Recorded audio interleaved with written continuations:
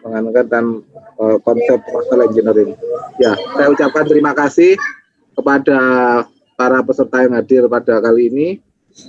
Kalau nggak salah dari pimpinan dan staf Kementerian Kelautan Perikanan KKP, beserta staf ya, saya lihat dari KKP seluruh Indonesia ada semua. Kemudian saya ucapkan terima kasih atas kesediaannya Pak Wisnuwardana dan Pak Penganukan Sana untuk sebagai narasumber.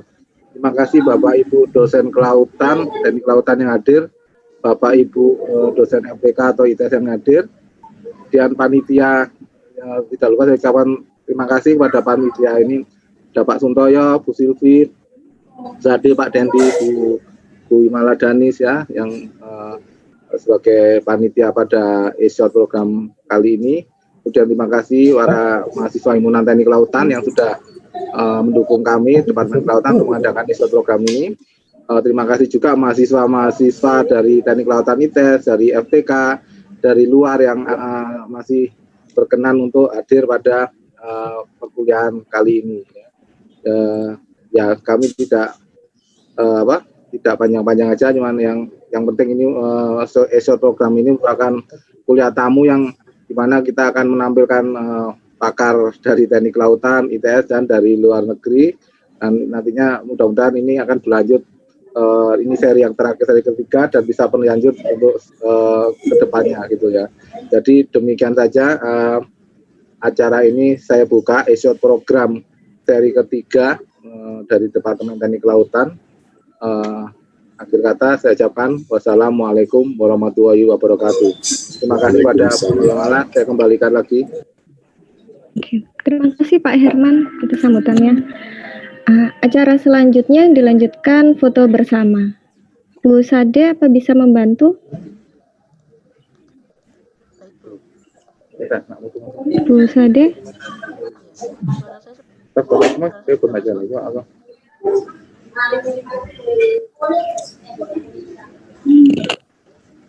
Halo Bu Sade? Atau Pak Dendi? Oh iya, saya bantu ambil dokumentasi. Bapak Ibu, kami mohon untuk menyalakan kamera supaya bisa kami dokumentasikan acara kami.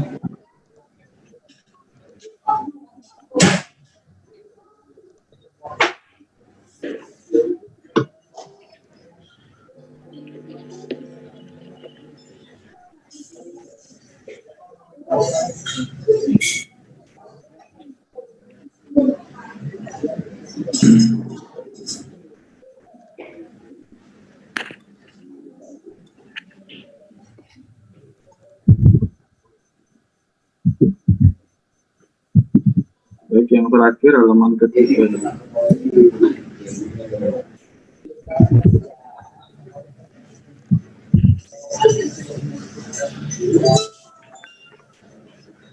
Sudah, Bu Danis. Terima kasih Pak Dendi. Kemudian acara berikutnya dilanjutkan oleh pemaparan dari narasumber kita yang berjudul Simulation of Flow Around Two Cylinder Using Discrete Vortex Method. Kepada Bapak Wisnuwardana, kami persilahkan. Baik, terima kasih Bu Danis. Karena ada yang dari luar negeri, saya coba untuk presentasi dalam bahasa Inggris, paling tidak campuran gitu ya, nanti bahasa Inggris diselingi dengan bahasa Indonesia. In this presentation, I will present my paper entitled Simulation of Flow Around Two Cylinders Using Discrete Vortex Method.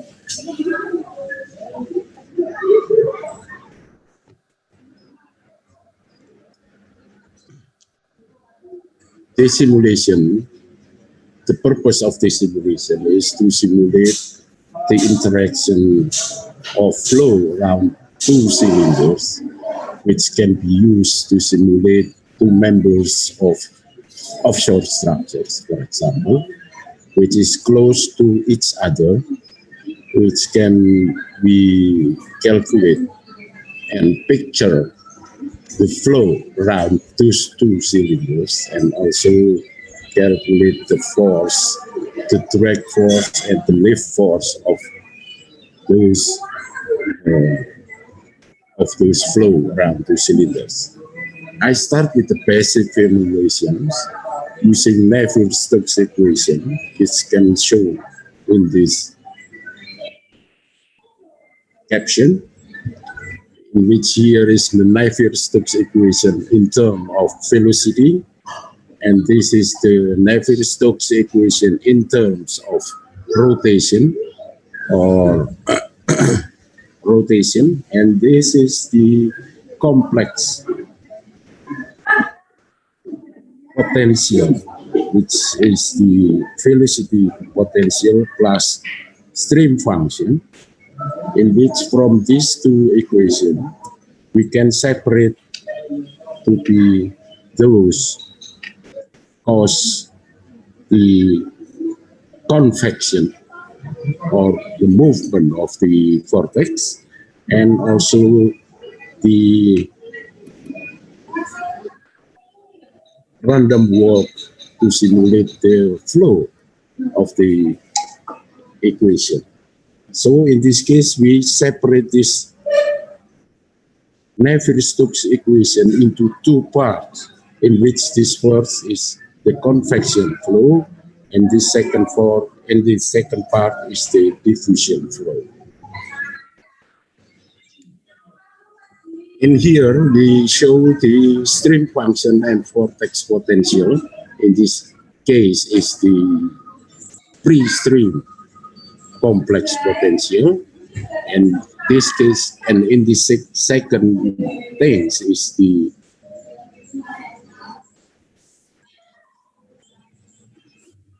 vortex potential, which can be separated into velocity potential and the stream function over there.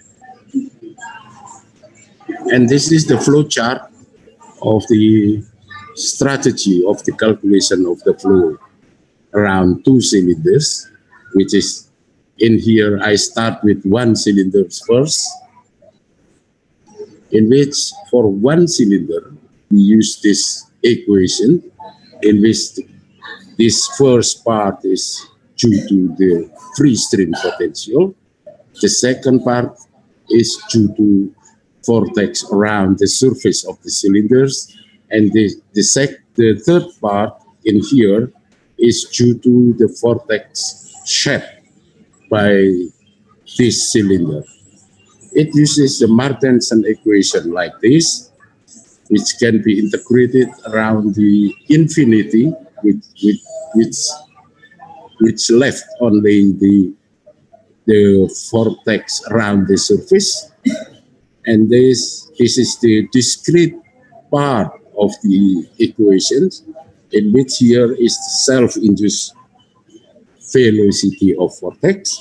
The second part is due to the cylinder only, and the third part is due to the free stream, and the fourth part here is due to the shaped vortex.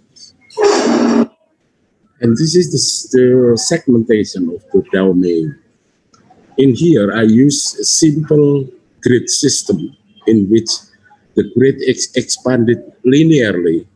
So if we choose one box here, and if we draw the box in the right side, we divide it. If the vortex position is here, we divide it into 4 regions here, in which we can transform the strength of vortex into the fourth point of the segmentation of the domain. So in this vortex to vortex is replaced by the node point strength, which already transformed from here into the fourth position of the segmentation of the domain. If we use this, we can find that the regularity of the calculation can ensure that the flow of the around the cylinder is good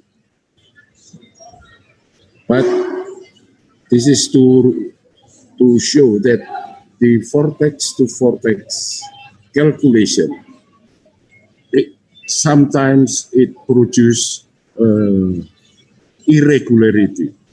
So we replace that the vortex to vortex interaction there into the node segmentation of this domain. And this is the proportion of the node in the segmentation of the domain, in which in here we calculate the strength of vortices of the node using this equation. And after that, we can calculate the velocity of each vortex. So each vortex in this domain can be calculated using this velocity calculation. And in here, we use the random walk approach in calculating the velocity of the vortex during the diffusion processes.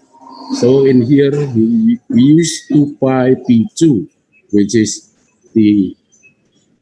in here we can calculate the movement of the vortex using this random walk process. So in here, we have two processes.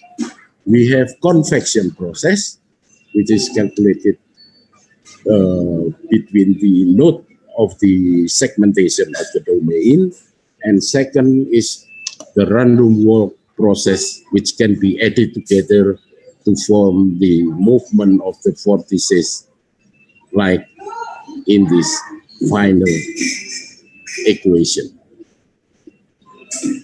And after that, we can calculate the force calculation, the drag coefficient and the lift coefficient of the after the movement of the vortices, using these equations for drag, and this is using the lift coefficient using this equation in the final equation.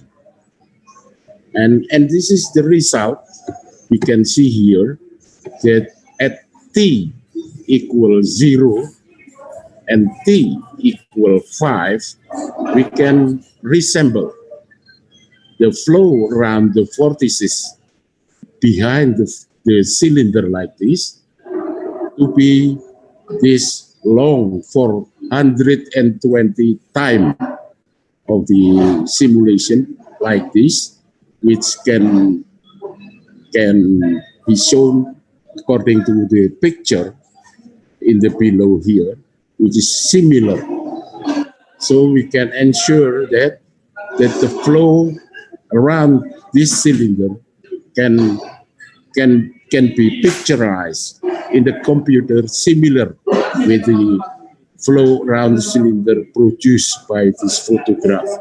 And this is the calculation of the forces of the cylinder, which oscillating like that. Yeah.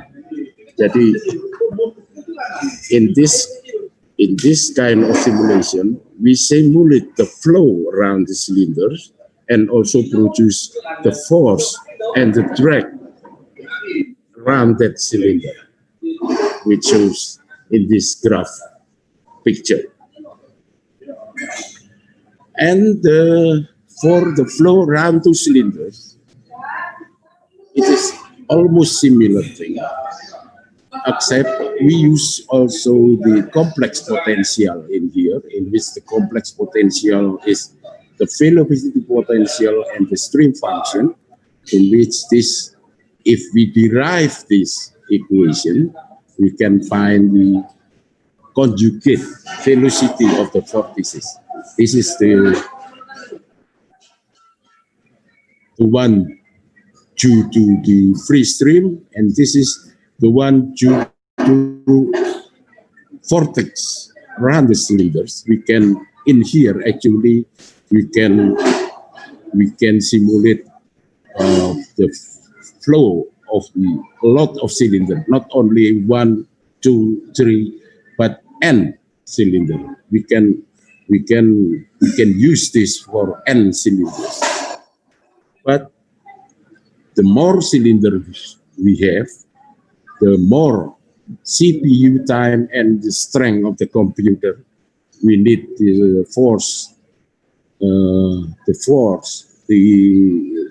need the strong capacity of the computer to picturize each vortex set by each cylinder. So this is the vortex set by cylinder, and this is the set vortices which is produced by those cylinders, and we can calculate the influence of those vortices to the cylinder.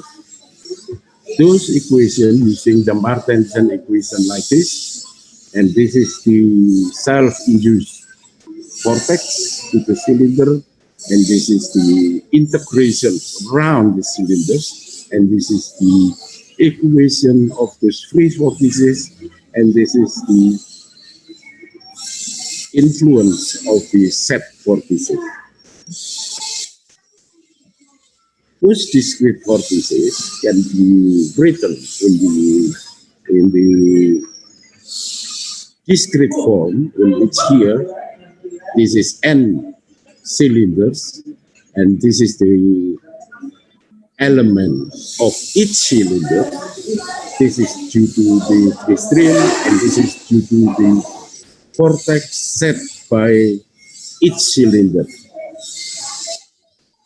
This is the flowchart used for simulation of two cylinders, and this is the discrete form in which the self-induced equation, self-induced influence of vortices, which absorb in this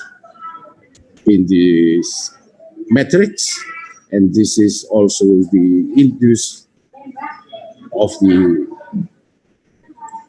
the free stream velocity, and this is due to the set vortices.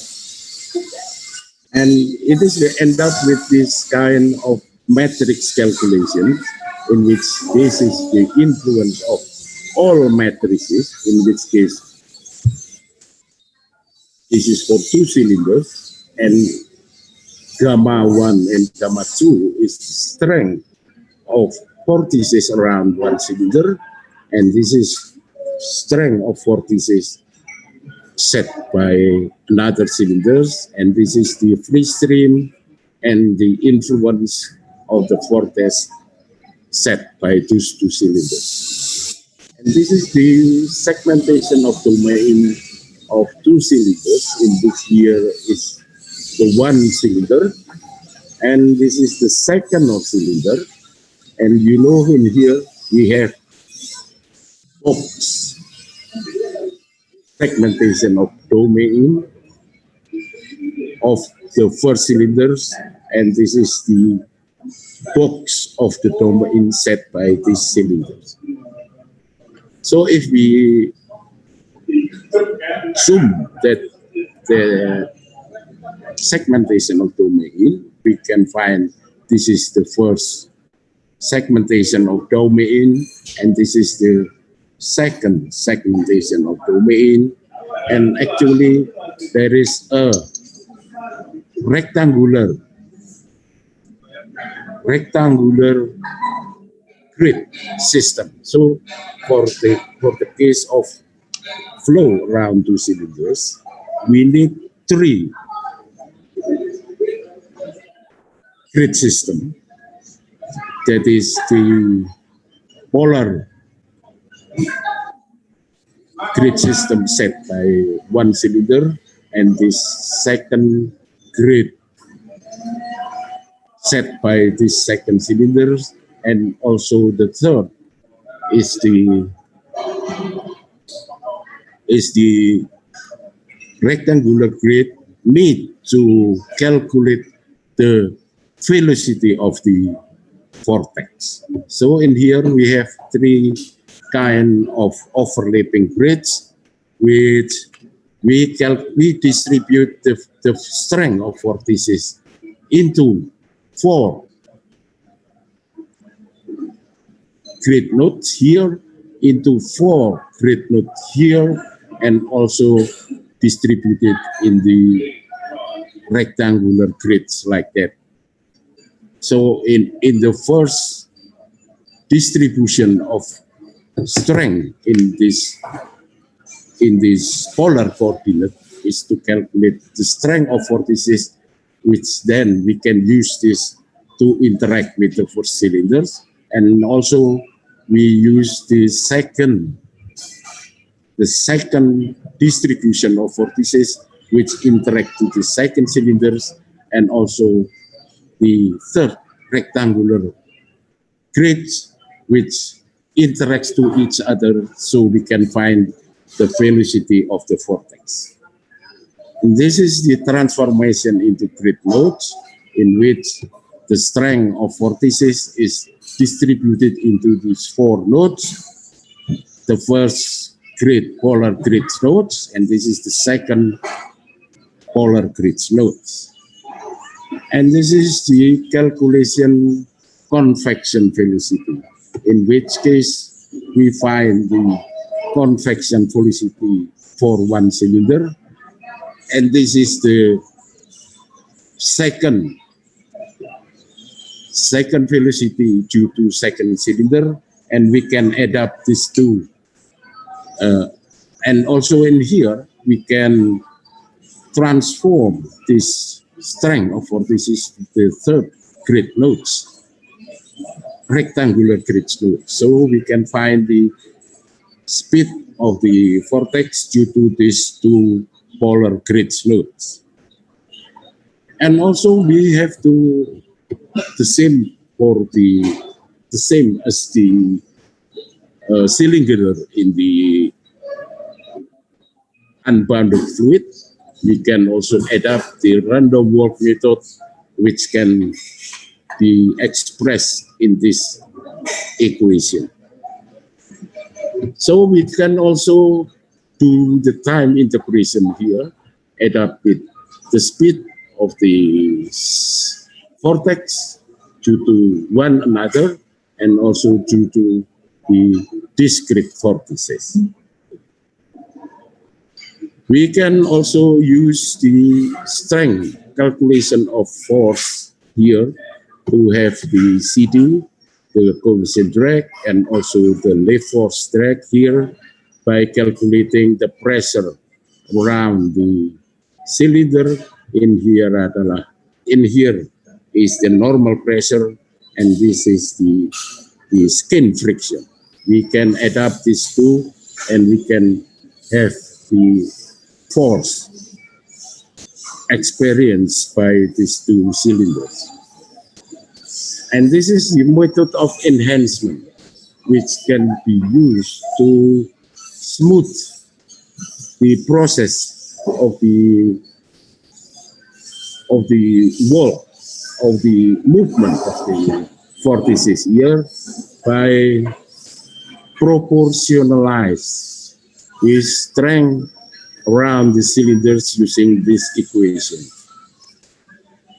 And this is the vortex cutting off, in which we cut off the strength of vortices if the vortex come close to another cylinder and jump into the cylinder surface. So we cut off according to this equation. And the result we can see here for T equal to 1, the flow around the cylinder, we can simulate like that. And this is for the case of cylinder in tandem. We can use the simulation of flow around the cylinders like that. And this is the result for another speed and another distance of the flow. We can find this is for tandem flow like this. We can find the flow around these 2 tandem cylinders like that. And this is for the different speed we can find the simulation of flow as well. We can find for another distance and another speed here. We can find as well the force CD and the CL over there. So we can find the simulation of flow and the force of the cylinders. This is the same thing, but with different distance and also different speed, different velocity. And this is the result I got here in the cross sign, which is similar to the experimental result shown in this graph. And this is for the case of the cylinder side by side, in which one cylinder is placed above the other, which is two diameter. We can find at t equal to 1 like this, and t equal 5, the simulation of the flow is like this. We can also find the different speed of the different distance between these two is like this. We can find the flow, how the flow is interact each other to find the flow resemble to the photograph. And this is the photograph of the flow around two cylinders, which place side by side to each other like this. And this is the result of the drag coefficient, in which case this is similar to the result shown in this graph. And I think that is my presentation, which shows the flow, simulation of flow around two cylinders placed in tandem and also placed side by side. Thank you very much. Makasih, Pak Wisnu. Thank you, Pak Wisnu. And now the time for discussion. Please click raise hand or write down in the column chat. Apa ada pertanyaan?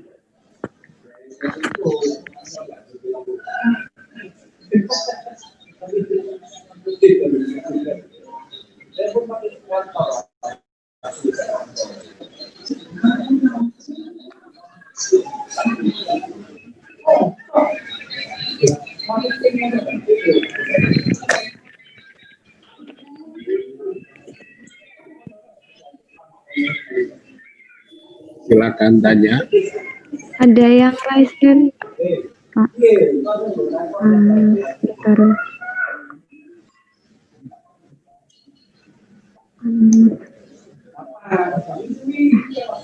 Silakan. Pakai bahasa Indonesia enggak apa-apa. Assalamualaikum. Dr. Wisnu. Assalamualaikum warahmatullahi wabarakatuh. Waalaikumsalam warahmatullahi wabarakatuh. Wisnu Wahyuni dari Malang. Ya. Indonesia ya? Ya, ini Indonesia boleh. Pertama sekali, saya bukan komunitas teknik, saya adalah seorang dokter.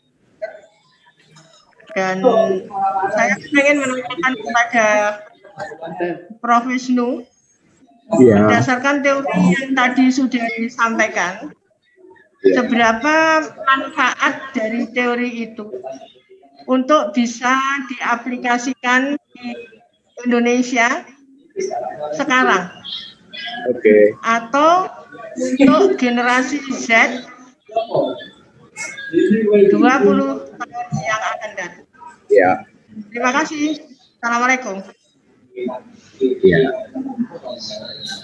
Langsung saya jawab, Mbak Danis. Monggo, Pak. Ya, jadi ini adalah salah satu simulasi, di mana simulasi itu bisa menggantikan percobaan laboratorium, khususnya di offshore structure itu bisa kita kerjakan hanya di komputer saja suatu saat nanti. Jadi di sini bahwa ada beberapa software di offshore structure, misalkan software SAX, software Moses, software ANSYS, software 3D Flow, dan seterusnya, yang nanti bisa kita masukkan di dalam software itu, tambahan terus, sehingga software itu dapat diperkaya, yang mana nantinya bisa kita gunakan untuk menghitung gaya-gaya pada offshore structure itu, tanpa melalui percobaan. Karena bagaimanapun juga gaya-gaya yang terjadi pada offshore structure itu perlu kita perhitungkan sedetail mungkin. Dimana kalau kita lihat di SAX, di Moses, di Orcaflex dan seterusnya itu interaksi antara dua silinder yang berdekatan masih dihitung dengan cara pendekatan biasa, dan itu bisa kita lakukan dengan lebih detail dengan menghitung secara akurat seperti yang ada pada simulasi aliran semacam ini. Baik, saya kira itu jawaban saya. Sudah bisa. Terima kasih Pak Wisnu. Apa ada pertanyaan lagi?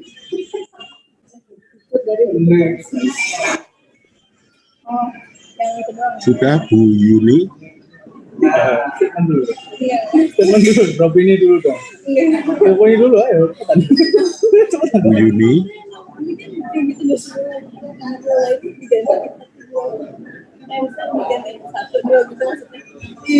Kalau untuk 20 tahun lagi, Pak, 20 tahun lagi, what do you mean?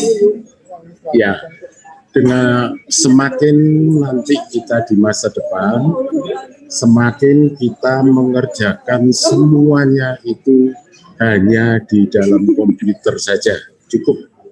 Tidak perlu kita mengulang-ulang percobaan yang dilakukan di laboratorium untuk menentukan gaya-gaya yang terjadi pada offshore structure. Jadi kita mereduksi karena kita tahu bahwa biaya untuk percobaan itu sangat mahal. Kalau kita bisa menggantikan percobaan-percobaan itu hanya di dalam komputer saja, maka kita bisa menghemat jauh lebih banyak dan menghitung lebih detail tentang apa yang terjadi pada offshore structure itu. Terima kasih. Terima kasih. Terima kasih. Pertanyaan selanjutnya dari Pak Danmet Daniel Tanjung Pura, Pak. Ya, yang pertama, apakah ada informasi mengenai pengaruh jarak antara tiang silinder terhadap pola perilaku vortex? Misalnya semakin rapat atau renggang jarak antar tiang silinder vortex akan menyebabkan ketidakstabilan struktur dan sebaliknya. Kemudian pertanyaan kedua juga dari Pak Medi, apakah pola perilaku vortex pada tiang silinder memiliki pengaruh pembangkitan scoring pada fondasi struktur untuk kasus di perairan dangkal seperti pilar pada jembatan atau dermaga? Ya, saya jawab ya. Saya jawab ya, Bu Dani. Baik, Pak. Ya, jadi memang simulasi ini tidak saya tampilkan di sini. Sebenarnya interaksi yang terjadi juga sudah bisa kita lakukan, yaitu silinder close to seabed juga ada, yang nantinya penting untuk mengetahui efek scoring juga. Jadi di sini maaf tidak bisa saya tampilkan di sini. Jadi ada silinder scoring juga yang dekat dengan seabed, dan juga ada silinder di dalam confined struktur. Jadi dalam channel yang nantinya bisa kita gunakan untuk tujuan-tujuan misalkan memprediksi gaya yang terjadi pada heat exchanger, di mana banyak tabung-tabung di situ yang bisa kita simulasikan menurut simulasi yang digunakan dengan cara seperti yang saya presentasikan ini. Jadi memang benar tadi pertanyaan Bapak yang dari Jayapura itu, Pak Medi. bahwa Pak Medi ya yang mengatakan bahwa ini bisa dibuat simulasi untuk silinder yang close to proximity to seabed. Jadi memang benar juga bahwa apabila dua silinder itu digeser kemudian saling mendekati, maka pada jarak tertentu efek dari set vortices dari vortex yang disemburkan oleh kedua silinder itu menjadi saling berinteraksi, dan itu juga sudah saya simulasikan di sana, bahwa apabila jarak antara dua silinder semakin lebih dekat dari dua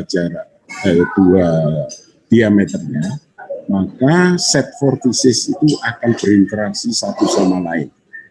Dan itu memang terbukti dan sudah terjadi di simulasi yang saya lakukan di sini. Jadi ada dua hal, maka dia akan terjadi interaksi dari vortex yang diset oleh masing-masing silinder, dan apabila silinder itu diletakkan di seabed, maka efek untuk scoring juga bisa kita lihat di situ terjadi, bagaimana set vortices itu mempengaruhi scoring. Saya kira itu. Terima kasih. Terima kasih Pak Wisnu. Kemudian ada pertanyaan dari Pak Dalarino Tanjung. Izinnya Prof, apakah ada perbedaan antara vortex aliran yang terjadi pada aliran yang searah dan aliran osilasi atau dua arah yang bolak-balik seperti aliran akibat pengaruh pasang surut? Terima kasih. Ya, memang benar. Jadi software yang saya buat itu, selain unidirectional flow seperti yang sudah saya paparkan ini, bisa juga dengan mudah di-convert menjadi oscillatory flow. Dan maaf saya belum sempat menampilkan hasilnya untuk yang oscillatory flow. Yang oscillatory flow juga demikian, bisa kita letakkan silinder itu menjadi close to seabed. Jadi efek scouring saat oscillatory flow juga bisa kita simulasikan pada program yang sedang saya presentasikan ini. Jadi di sana ada dua hal, bisa unidirectional flow, yang kedua bisa oscillatory flow, yang mana di oscillatory flow juga bisa dilihat ada satu unbounded fluid, kedua silinder yang dekat dengan seabed bisa oscillatory flow, juga silinder di dalam channel itu juga bisa dengan oscillatory flow. Jadi di sini flow-nya itu bisa dua, yaitu unidirectional flow dan oscillatory flow. Masih.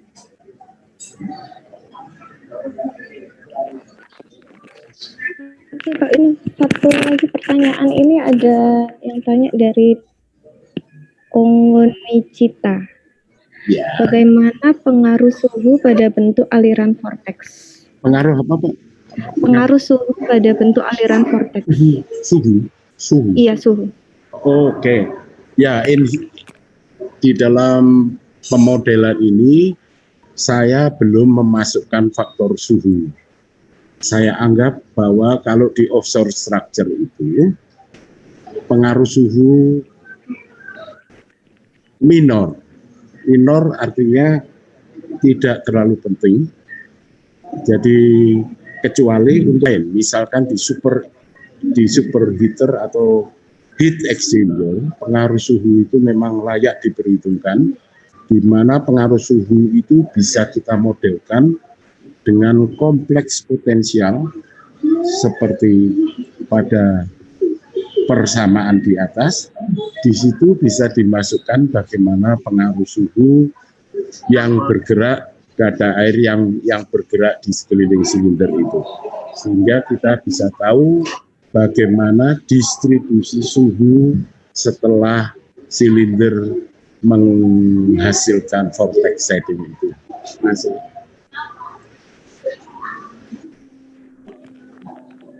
Terima kasih Pak Wisnu. Ya.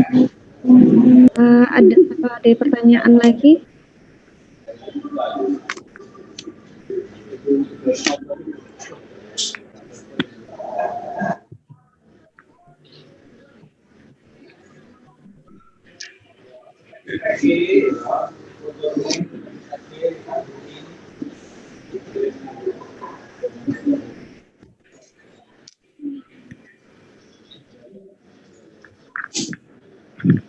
Saya kira cukup. Oh, ini Pak terakhir Pak. Oke. Oke. Dari Pak Ahmad Fahrudin. Ya. Izin bertanya, apakah dalam pemodelan pengaruh aliran di dalam silinder bisa dijadikan tambahan? Saya hanya menyelidiki aliran di luar silinder itu. Jadi di sini saya masih belum memasukkan aliran di dalam silinder, karena saya lebih concern ke arah vortex yang dihasilkan oleh silinder itu. Jadi aliran di luar silinder itu yang justru menjadi main concern, dari saya, karena aliran di luar silinder itu yang mempengaruhi kekuatan dari silinder itu. Misalkan di silinder yang dekat seabed, maka kita bisa tahu seberapa kuat silinder itu menahan aliran vortex yang sekaligus kita bisa menghitung scouring dan seterusnya. Masih. Oke. Terima kasih Pak Wisnu atas penjelasannya. Oke. Lanjut ke pemateri selanjutnya ya Pak. Terima kasih.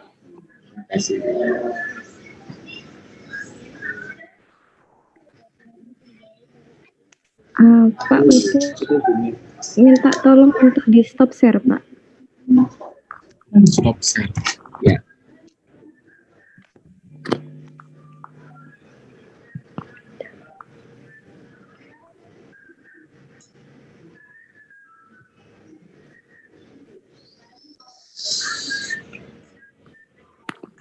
Oke.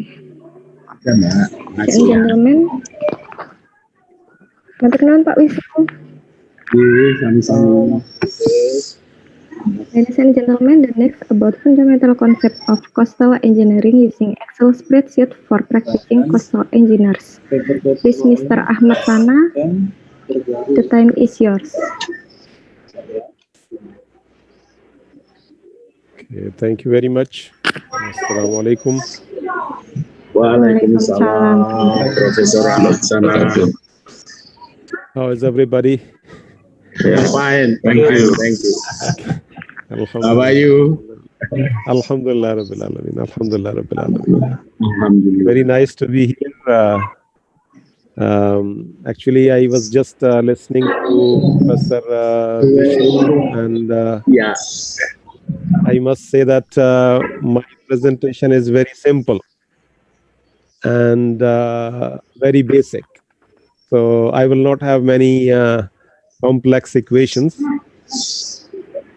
There is some echo in my voice. I don't know what is the reason.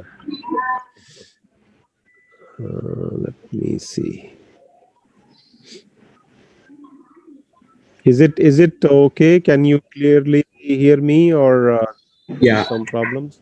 it's okay. Okay.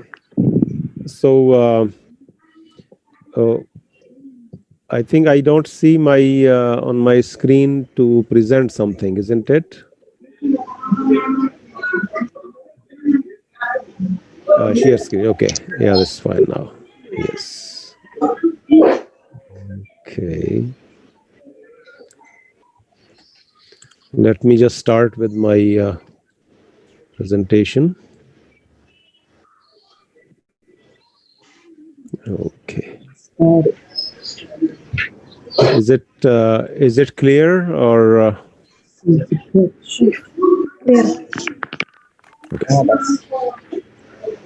Let me just start with the presentation mode. If okay.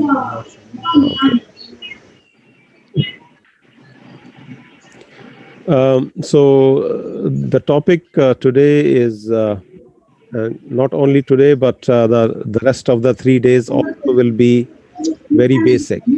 So I will just talk about some of the things which are useful for the practicing engineers, especially the people who are like fresh from the university, or they are studying in the university. So because they do a lot of things related to their day-to-day simple calculations using Excel, and also they use Excel to plot graphs or prepare some other graphics. Here I will just talk about those basic things which can be where the Excel will be helpful. So the contents of the presentation are here.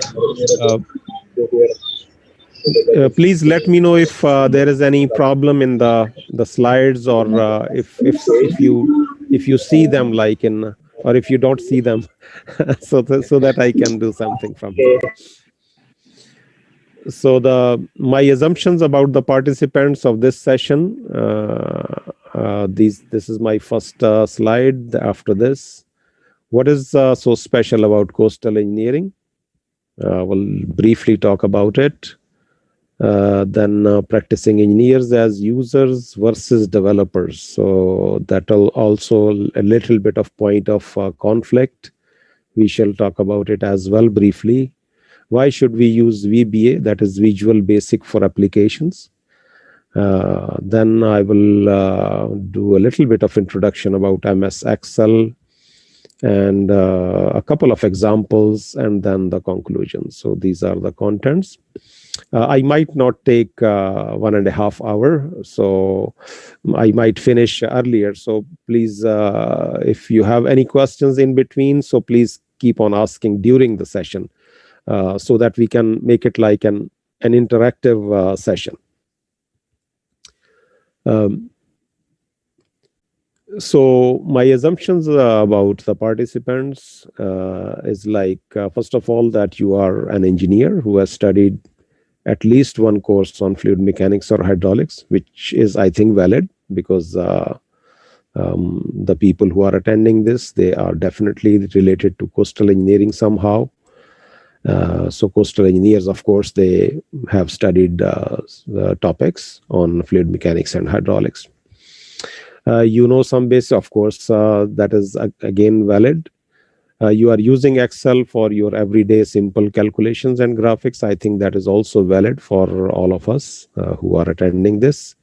You have used some advanced features of Excel like data analysis, which is regression, for example, or solver, or want to use them. So even if you have not used them before, you might want to use them. But I'm sure that most of us, we have already used some of these advanced features. You have previously used VBA or want to learn to use it. So even if you have not used VBA before, you would like to do something about it so that you can do something in your day-to-day calculations. You might not be a big fan of programming, but if your neck is online, you will do a little bit of it to survive. So even if you are not a very much interested in programming, but a little bit of programming, which we shall see, we shall talk about it as well. Now, what is so special about coastal engineering? Of course, all the other specializations in civil engineering, in general or mostly, they deal with the static loads. So whatever loads are applicable there, or whatever load calculations are done, they are actually static loads. Even like in structures, for example, if we are calculating, even using the dynamic loads, we kind of multiply with a factor to make them static. So when we are designing the structure, basically it will be based on the stationary loads. Coastal engineering mostly deals with the dynamic loads. So we have like all the loads or forces that we are talking about, the moments, whatever, all of them, they are dependent on time. So they are changing with respect to time. So they are dynamic. The processes which are involved are much more complicated. Like when we are talking about water in general, most of the equations, most of the calculation methods, most of the processes in nature, they are much more complex. And when we are talking about fluid structure interaction, as Professor Vishnu was talking about earlier, that becomes even more complicated, that we have like effect of the fluid on structure, and then the structure is also having an effect on fluid. So that type of interaction also causes a little bit more complexity into the problems that we are dealing with.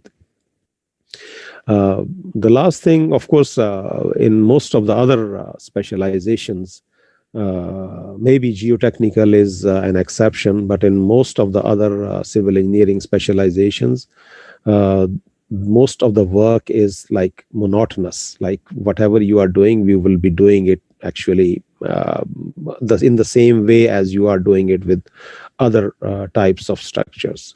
So the methods and all the procedures or all the concepts, they are kind of very similar to from one project to another. In case of coastal engineering or related to water in general, every project is by itself is a kind of a new topic. So it's because the field conditions are unique to every project. So it becomes more complex. So you have to understand from scratch all the features of the project. You have to understand the basics. You have to have a very clear concept about the project, and then you understand and try to calculate it by using the methods that we have at hand. So this is what we actually consider to be special about coastal engineering. Now, mostly the practicing engineers or our undergraduate students, I should emphasize that we mostly use the computers and we solve a lot of problems. Of course, when we talk about coastal engineering as well, we solve a lot of problems. We use, of course, spreadsheets in order to do simple calculations by using simple formulas which are available. So common calculations are done by spreadsheets, any type of spreadsheet. So Excel is the one that we are using here, just as an example. Large scale problems are generally tackled using the special purpose software, like, for example, the softwares that we use for the hydrodynamics, for fluid structure interaction, for sediment transport, or any other coastal engineering phenomena that we are talking about. Of course, that type of full-fledged software needs investment of time and money. Of course, you have to purchase the software first of all. Most of them are very expensive. Also, you have to spend a lot of time to learn them, Once you learn them, only then you will be able to apply them with reliability. A lot of time is needed for that type of things, and of course you will get what you want, but if you have like a very complex situation, only in that situation you would like to have that type of complex software. In our case, our day-to-day calculations, where the problem is not that complex, but we want to do it like several times, and we have to have some simple kind of application which we can use to do those calculations, that would be very nice. So using common software, of course, will be saving a lot of our time and effort for complex and more advanced software. But of course, with the common software, then we have to be able to develop a little bit. We have to develop our own small applications in order to do those calculations. So that's how we need to look at the things here. So now a question is like, why should we use Visual Basic for applications? Of course, there are so many programming languages, and we use them, especially in water, coastal engineers or water engineers in general. They are very fond of Fortran. A lot of people, they are using C++. A lot of people, they are using like environments where like programming like environment, like for example, MATLAB or R or any other environment where you can do a little bit of programming. But VBA is specifically for all the Microsoft related software, especially in Excel. It is very widely used, and it has a lot of positive things about it.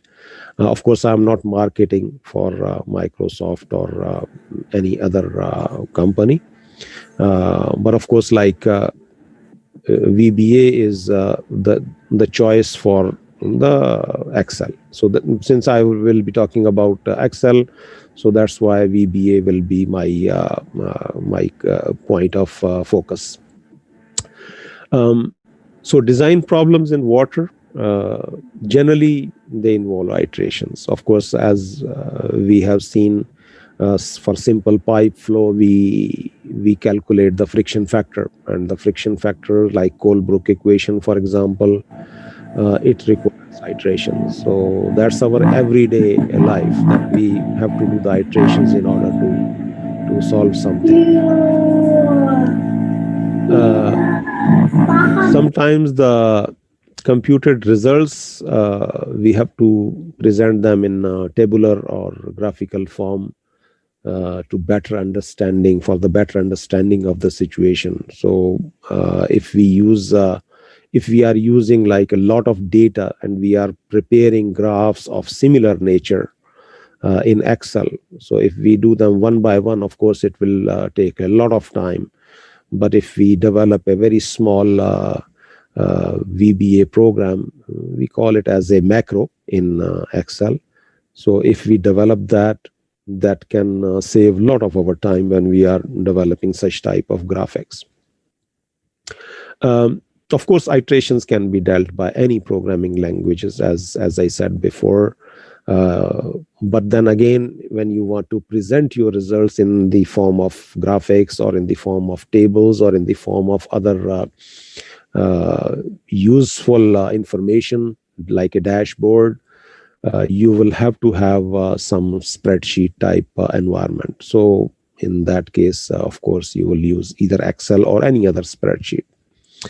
VBA can be used within Excel. So like you can do a little bit of programming, you can develop your own application, and that application then you can actually use in order to generate the graphs, or you can find the results of some calculations, and then you can use the results of those calculations to generate the graphs in Excel, or you can present it in the form of tables. So that's how we can get the benefit out of Excel.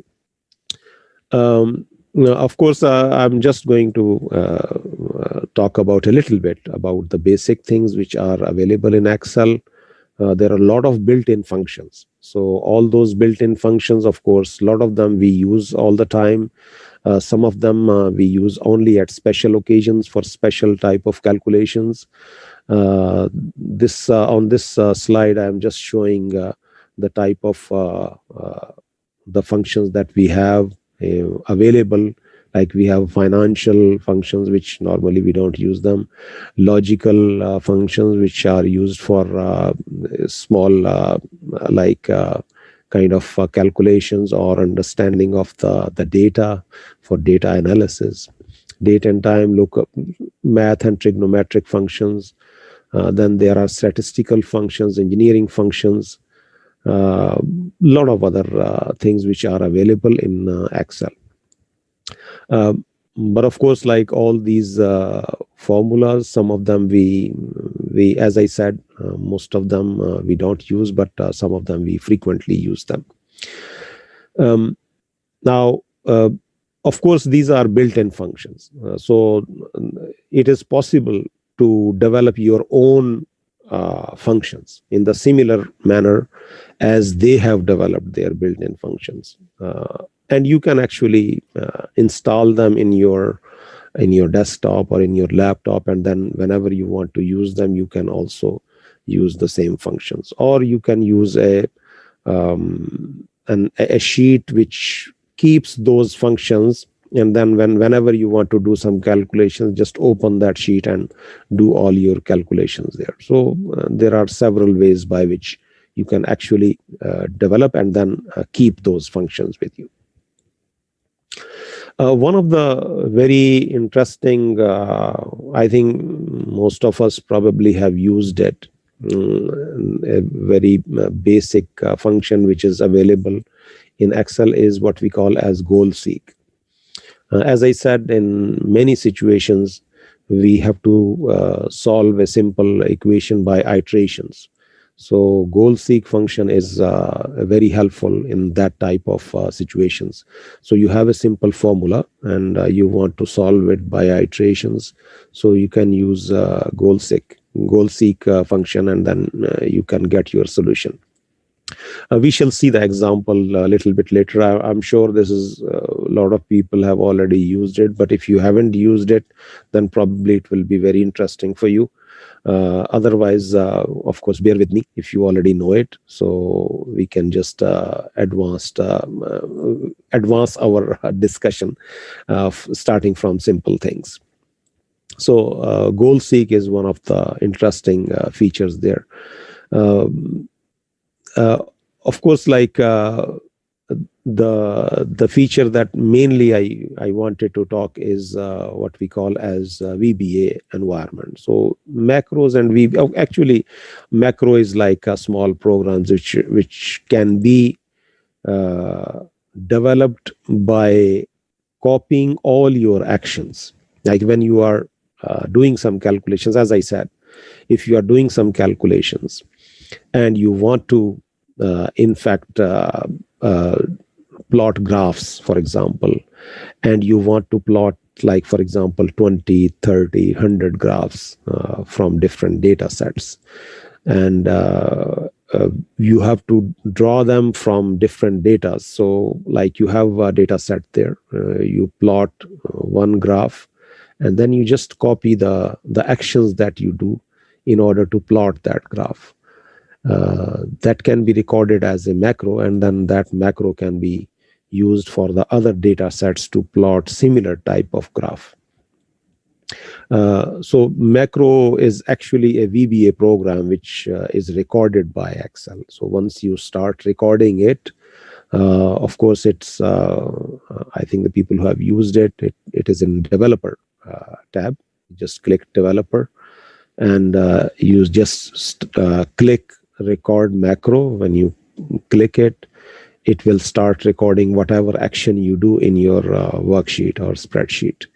So whatever actions you have done, like you select the data, you insert a graph using X and Y values, you label the graph, whatever you do, all these actions will be actually recorded, and then later you can see them. And actually you can edit them also, like you can edit your that small VBA program, which is macro. You can edit it, and then you can use it for as a program for other things as well. So the lot of people, they do that, like their first VBA program probably would be based on a macro. They will start a macro, simple macro, and then will edit that macro to meet their requirements for that program. So that is about the macro and VBA that comes from developer. So you can open the VBA environment by Alt F11. I think I mentioned it on I didn't talk about it, but it is there on the last page. Yeah, Alt F11 will open the VBA environment. Once you open the VBA environment, you will see a screen like this. In addition to the spreadsheet, you will see this screen. And in this screen, of course, you can actually insert a module. The module will be where you are going to place your program. And actually, if you have recorded a macro before, the macro also will be in the same area of the module. As you develop more and more macros or record more and more macros, they will be actually listed in the module. So here, for example, we have module 1. So module 1 is having an empty screen because it's just like inserted. We can insert like in the same manner as we insert in the spreadsheet. So here we insert, and there will be options from where we can choose module, and then module 1 will be entered here, and in this module we can actually write our code or our program, VBA program, and then we can use it. So of course, like as I said, in order to do the repetitive work, for example, in order to do same thing again and again, instead of doing it one by one on Excel, it will be better to record a macro and then carry out the steps of calculations and then stop recording and then use that macro in order to, you can modify it. As I said before, you can modify and then you can actually utilize it later in the same project or in other projects as well. Just a simple example for example, recording a macro. Say for example, we calculate. For example, we are calculating some of like squared values of a sequence of given numbers. So we have, for example, given numbers here, 1 to 10, for example, just we entered, and then the square values of those numbers. So before we start, squaring them, we just start recording. So we click record macro, and then we start squaring it. And once we finish it, we shall see this column with the square of the left hand side column. So X column is 1 to 10, and then X square column will be having the squared values of X column. So once we record it and then stop it, once we finish it, so we shall see how the macro is. So when we click to open the VBA environment by Alt F11, we shall see in the macro 1, we shall see this simple code there. Now, of course, I think some of us understand what is the meaning of each and every word here, but I just want to explain it for the people who have not used it before or who are interested to learn. So active cell is like where you are located. Like, for example, you place a cursor at a cell, that will become the active cell. Now, for that active cell, formula will be that you have to square the value of row and column. R, of course, is for row and C is for column. So your active cell will become R1, C1. So that would become your reference now. Then from that reference row and column, it will go back by -1 column. So same row, but column -1. So as we saw here, that we are in, this is our active cell. So from here, we, in the same row, we went back 1 column and we took this number and then we squared it. So it squares the column before it, like one step before, which means if it is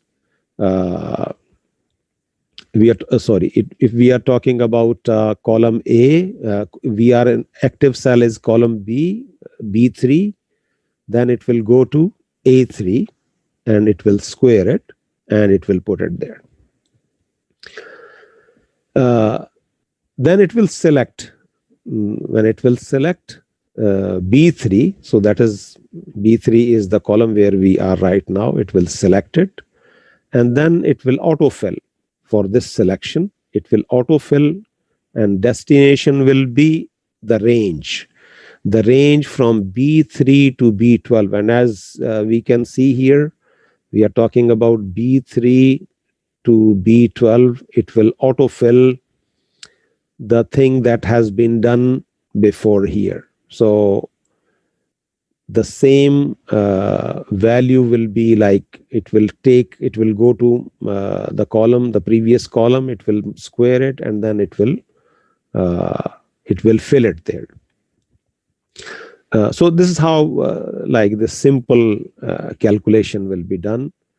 And once it is completed, then this whole range will be selected and you will see that once you have finished this whole column will be actually selected. So in this manner, the program will be working. So that is what we said, the macro that is recorded by writing a formula for square in the first cell and then copying that whole that cell into rest of the rows until the end, up to B12. So that's how the macro will be there. It is not important to understand each and every word in this program, because of course that includes a lot of other information which is available, of course, in the help facility. So we can come back later if you have any questions there. So now, for example, just because we did it in the steps that we normally do. So now here, for example, if we want to run that macro, we just go to the macro from developer. We go to macros and we see that the macro that we recorded, it is available there, and we just run it. Once we run it, this same process that we did, it will be completed there. Now, for example, if we have the data in several other columns, what we have to do, if we are doing the same thing, so we shall just go to the next column of the data where the data is available. We go to the next column and we just click this macro one, run, and we can easily, also we can choose a short form for that, like using control or alt with a letter. So we can actually that type of function also we can develop for the macro that we have developed. So in that manner, the work will be quite fast. So this is how we can actually do it. I think I would like all of us to, like the people who are interested to do that, to do it like with me, so that we actually understand what we are doing it. But I'm sure most of the people, they have already used these things before. I think I will do that at the end of the session, so that we understand what we are talking about. So that's what I meant, like we just run the macro, and the macro will actually operate, and it will calculate all the things in this this column by squaring all the values in the previous column. So in this manner, we can actually make use of the macros. Now, saving the files. Normally, the files which are saved by Excel, they are XLS format because of the new versions of Microsoft Office. But for the spreadsheet or worksheet which has the macro, you have to save it with an extension of XLSM. So that you can choose when you are saving the file. When you are saving the file, instead of saving it as a default XLS file, you have to use XLSM, so that it is a macro enabled Excel sheet, so or spreadsheet. So that's how we have to save it. Otherwise, the macro will not work, because when you will open it again, you will try to use the macro. Of course, it will not work. Also, when you open a spreadsheet which has macros there, unless in your settings you have allowed the macros forever, you will get a warning. So that warning will be there, that you will have to enable the content. So unless you enable the content, the macro will not run. So that is like a safety features. We shall briefly talk about it, how you can actually change the settings of your Excel spreadsheet there. So you have to do that when you are, in fact, using the macro. So in order to set up the Excel, as I said, to allow macros with a warning, you have to go to options, which is in the main menu. Go to the options and to the trust center, and then to trust center settings. And in the trust center settings, you will see all such type of settings, where you normally sometimes you enter the trusted locations as well, or you enter the trusted documents as well. So in this one also add-ins are there. So macro settings. So for the macro settings, the settings which I prefer is that disable all macros with notification. So if you choose disable all macros without notification, so it will not even notify to you. So it will disable the macros, and you will not be able to run the macro from your program, and it will also not notify you that you have a macro there, and the program is not letting you run it. So I prefer this one, where the program gives you the warning, but once you select enable content, then it will allow you to work with the macros. So there are other options as well. You can keep enable all macros, but it's not recommended, because of course, if you are using other people's spreadsheets or worksheets, there can be some harmful codes or dangerous codes there, which can run without even letting you know. So you will not have any warning. So the warning is good, that you allow the content, and then you see that if you should be sure that the file which is coming to you is from a trustworthy source.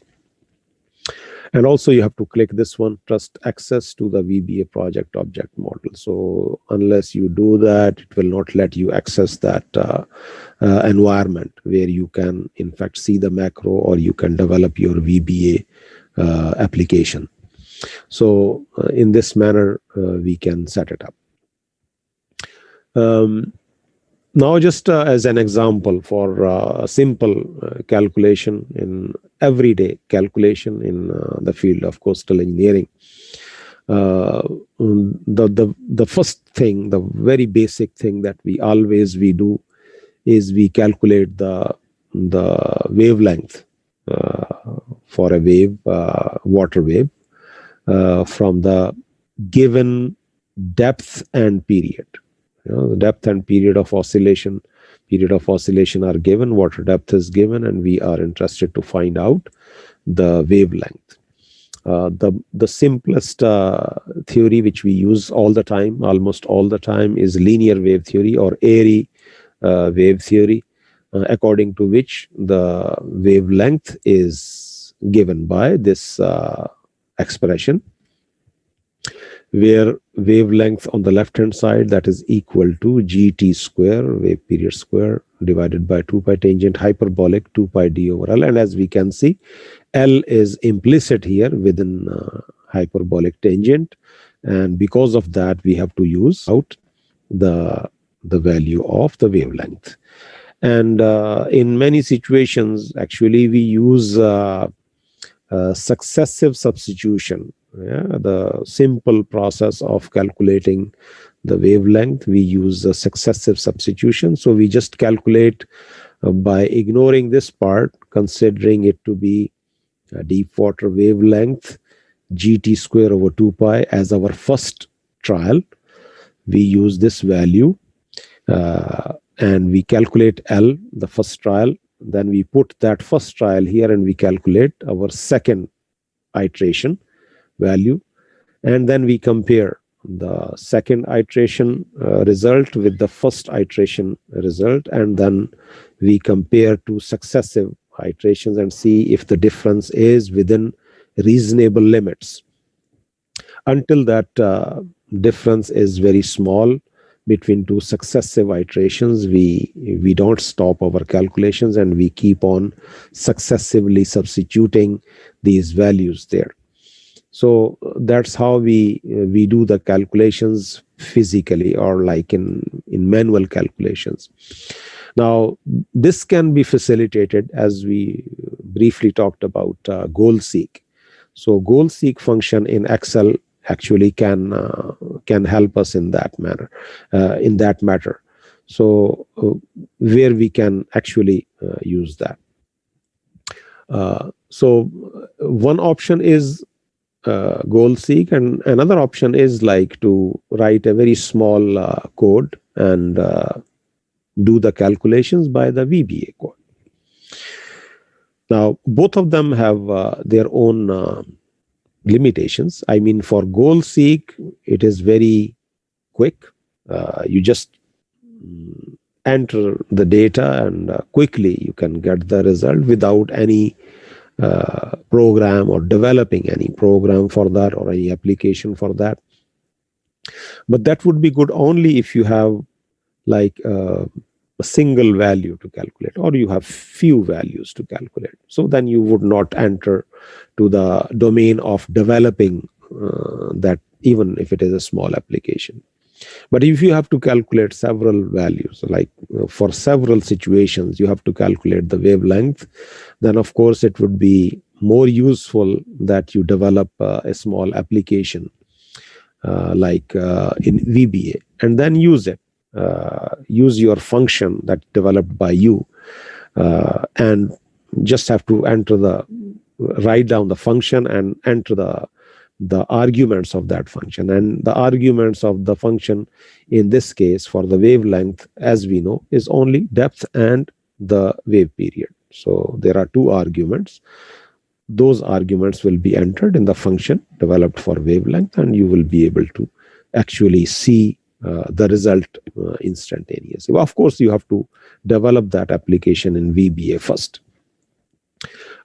So in a few minutes we shall see. I will show you how we can use the goal-seek method to do that, and also for the VBA. Now, for VBA, it's like a simple, very simple code where we have this function wavelength, and just the name of the function which we can choose. You can choose the name of the function, and as I said, there are only two arguments, t and d, time period and the depth.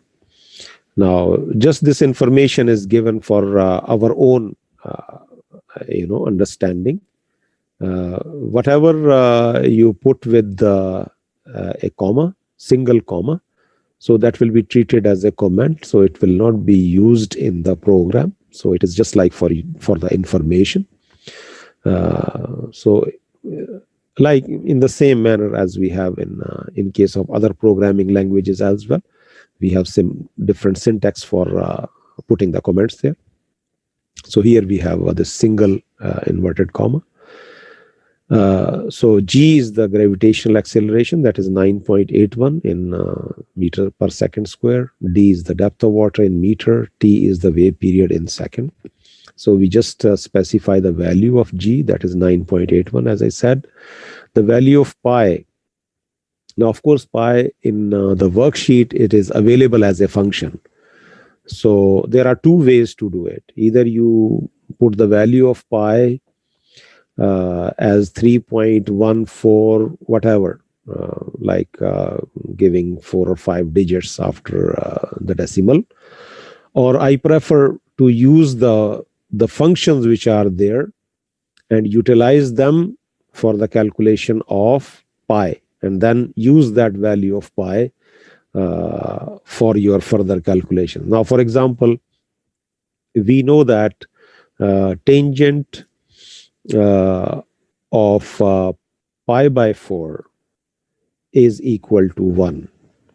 So, or tangent of 45 degrees angle is equal to 1. So, inverse tangent of 1 will be pi by 4. So, the pi is calculated by using that simple trigonometric relation. And since inverse of tan is available in Visual Basic, so that will be utilized here. So ATN, inverse of tan of 1 multiplied by 4, will be the value of pi. Now, as I said, our first iteration. In the first iteration, we have to specify the value of wavelength, which is here. So for that, we have to choose a value, so that the value is chosen as we do in the manual calculations, that this one will be considered as our first trial value or first iteration. So that is what is done here. GT square over 2 pi, that is L1. Now this L2 is the whole relation, and we have to number it as well. Because we have to do the iterations there. So L2 is GT square over 2 pi multiplied by tangent hyperbolic 2 pi d over L1. Now, there is another problem here in Visual Basic, is that tangent hyperbolic is not as it is available in Basic. Of course, it is available in the worksheet, like in the spreadsheet it is available, but in the Basic or in the VBA environment, tangent hyperbolic is not an available function, because the functions which are available, they are very basic in VBA. So either you define another function by using the basic definition of hyperbolic tangent with this function, or you use a word here before the tangent hyperbolic. You use a word which is worksheet function. So that's the terminology, worksheet function, and then you use this function there, so it will accept it, and the VBA will accept it as a function, and then because it will then go to the worksheet and then will bring the function from there. So either of the ways is fine. So either you define your own tangent hyperbolic function, use it, or you use the worksheet function. So anyway, tangent hyperbolic 2 pi d over L. So this is from now L1 is like coming from here, of course, as we understand. Now we just check. Once we calculate L2, we check absolute. Now this function is available in BASIC, that is absolute difference of L2 and L1. So L2 minus L1 if this absolute is greater than or equal. So this limit, you can put any limit there, but of course, as you understand, the precision in Excel is not very good unless you have some extra add-in there. The precision of Excel is not very good. So, and also for the wavelength, it is in meters, So like we can put any error limit there. So what I have put here, just for example, you don't need to keep it. You can make it smaller as well. So if the difference is more than 0.1, then just assign the value of L1 to be the current value of L2 and then go back. So go back to 10 and then calculate L2 again. And it will just keep on moving like this until this value is less than 0.1. So in that case, of course, we shall go to else, and then when else is there, we just say that wavelength is L2. So that means we know that when the successive values of L were differing by less than 0.1, that value has been calculated by this simple app there. So wavelength will be calculated, and we just say endif, and that would be the end of the function. So this simple function can be utilized in order to find do those calculations. Now, actually, I have kept a tutorial for all the participants here. And I would prefer that all of us, we do it together. And all of us do it with our own computers. But anyway, I will try to do it here.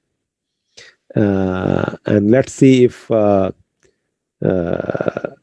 we can follow it. And then if you have any questions, so then we talk about them.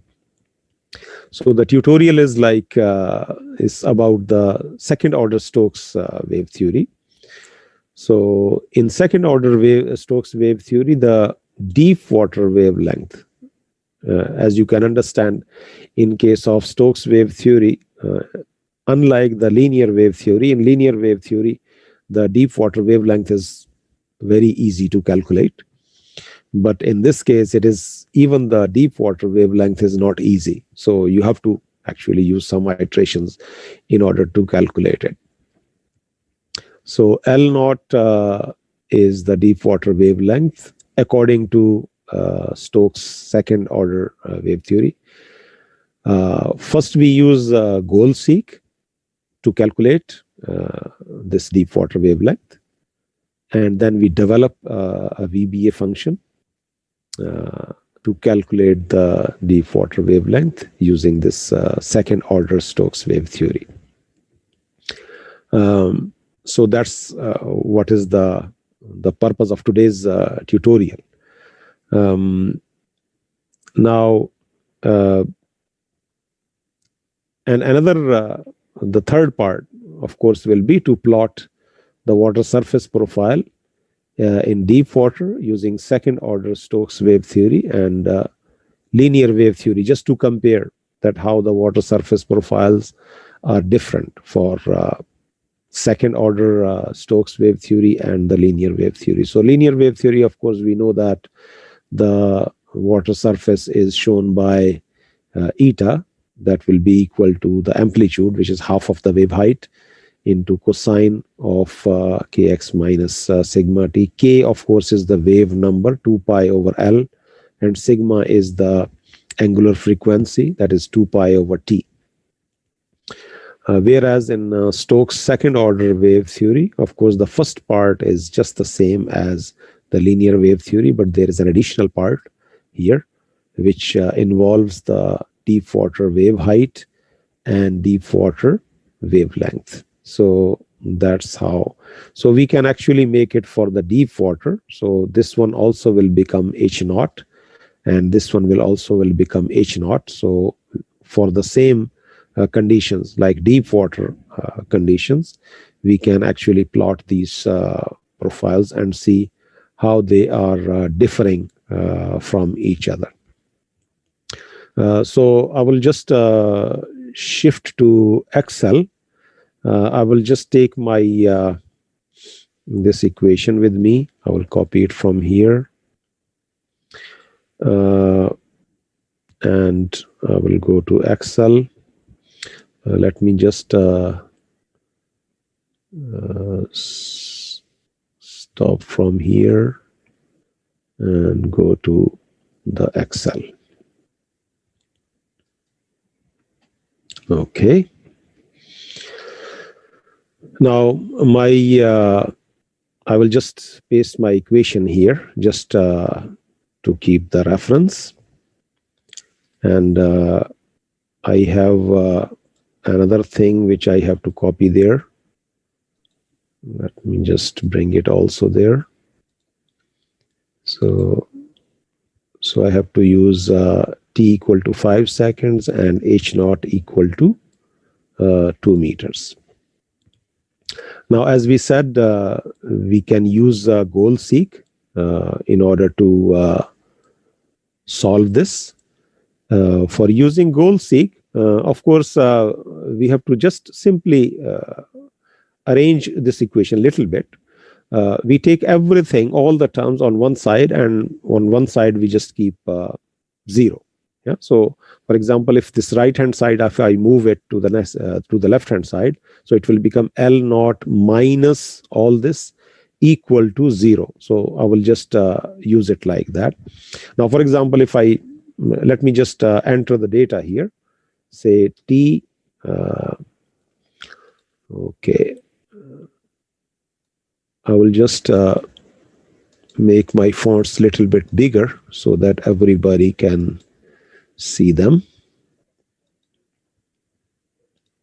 Okay. So t is 5 seconds and h0 is 2 meters. Now, this formula, in order to find out the value of L0, I don't know the value of L0 yet, but as I said, we can assume a value. Like, for example, if I assume 1, just as any number, here in the next column, wherever you want, actually, in this cell, because I want to keep it closer to it, I will just put the value of the formula. I will just enter the formula. And the formula, of course, as we said, we are just going to rearrange it a little bit. L0 minus all of this equal to 0. So I will just enter these values. So L0, for me, I have chosen this value. So this is my cell address. So cell address of B17, that is my L0 value, minus T. So T is here. And I don't want to, if I want to copy this formula anywhere else, I don't want to, keep changing the cell address. So that would be useful if you are calculating the values of wavelength for a number of conditions in a row or a column. So I will fix it. I can fix it by F4. Just I click F4 and it will be fixed. Or you can enter the $signs before B and before 14. So that will fix the cell address. So if you copy this formula somewhere else, it will not change. The cell address will not change.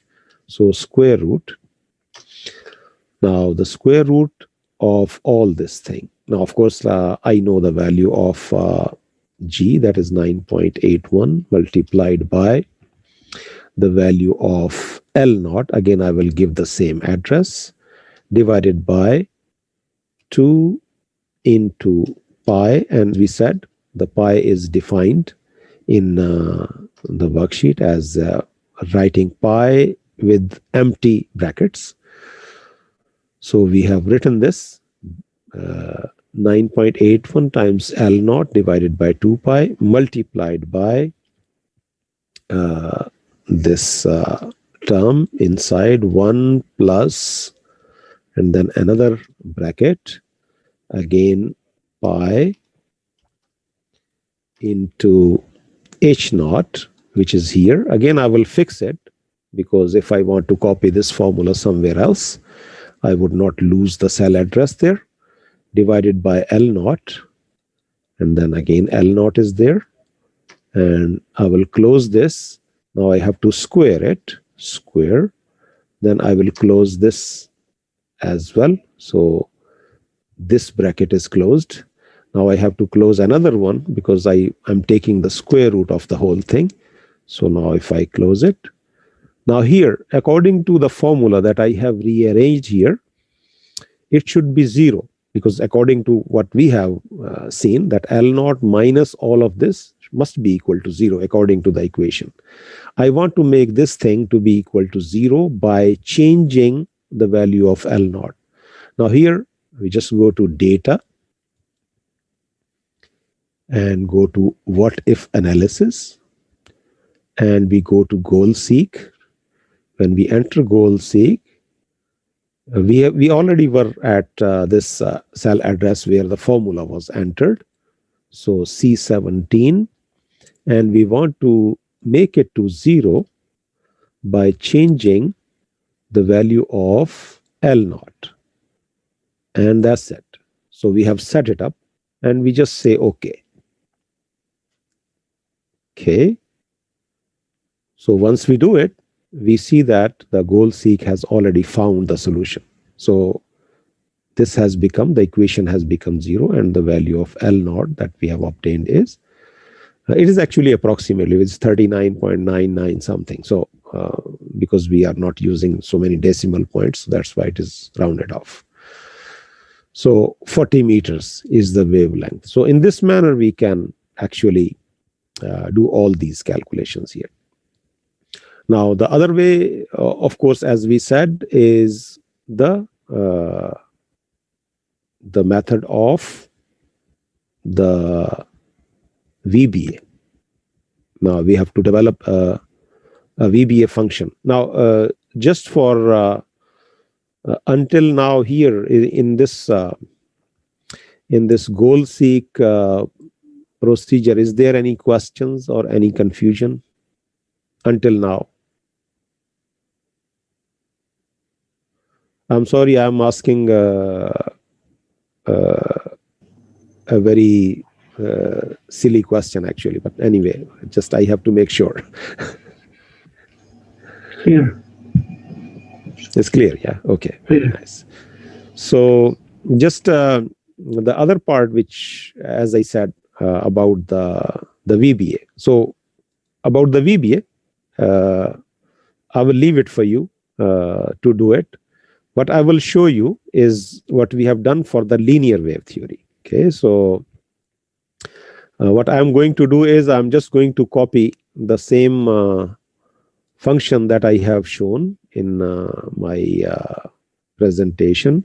Of course, I will share my presentation with everybody here.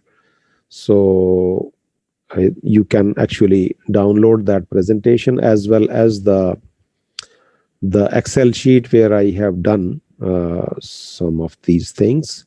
So you can download from there, and then you can and also I will keep on adding the stuff which is for the lecture on day after tomorrow and next week as well. So I will just bring this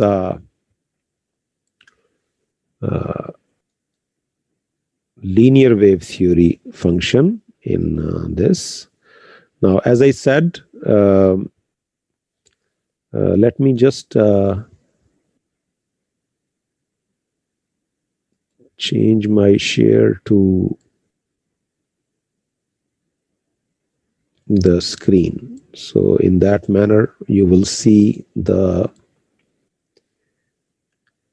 whole environment as well.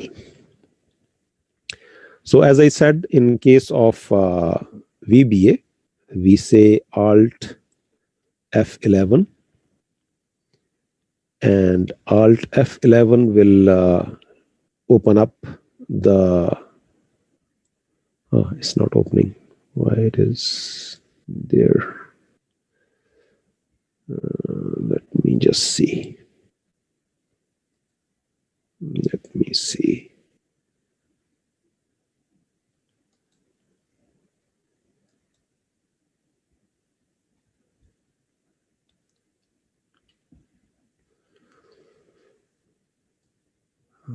Okay.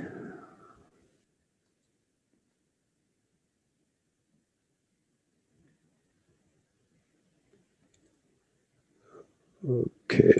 I have to change the windows actually. Unfortunately, I think the system doesn't allow me to open that in that manner.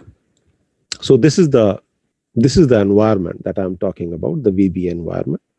We just have to enter. Now we have to insert. Once we enter insert, we can insert a module, and there will be a new subheading for modules, and then module 1 will be. Now this is the module 1. I am just copying my function from the presentation.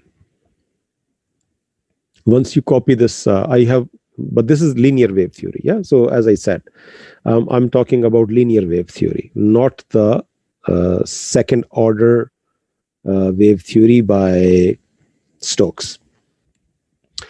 So the participants should do it. Yeah. So then once we meet again day after tomorrow, we can talk about it, that if there is any trouble or any problems there. So this is for linear wave theory. As I said, as I mentioned before, that this tangent hyperbolic. Now, for example, if I try to debug it, no, I have to debug it. So I will just say compile VBA project. When I say compile, so it will say that this function, as I mentioned, tangent hyperbolic, that is not part of Visual Basic. So it will not allow you to compile it. So there is compile error. So as I said, we can use another technique. So that we said worksheet function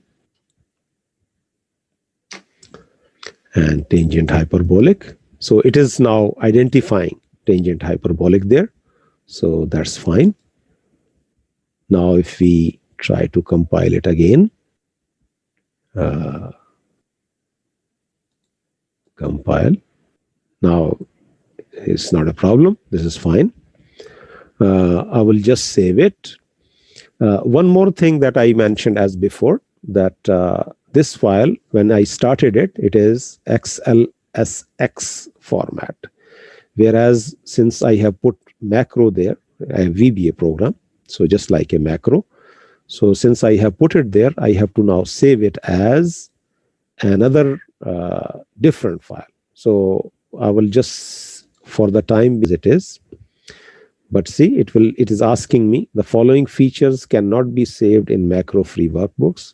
So VBA project. To save file with these features, click no, and then choose a macro enabled file type. So we say like this. I will just save it as from here, like I will choose XLSM, and I will save it as XLSM file. So just it will give me some warnings, but that's not a problem. Okay.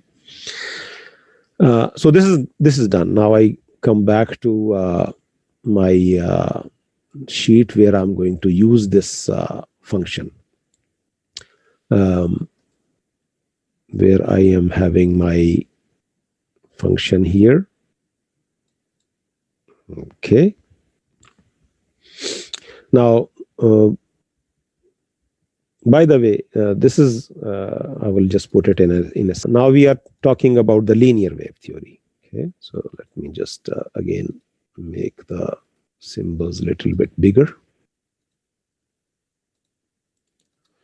So now we have, for example, T and D.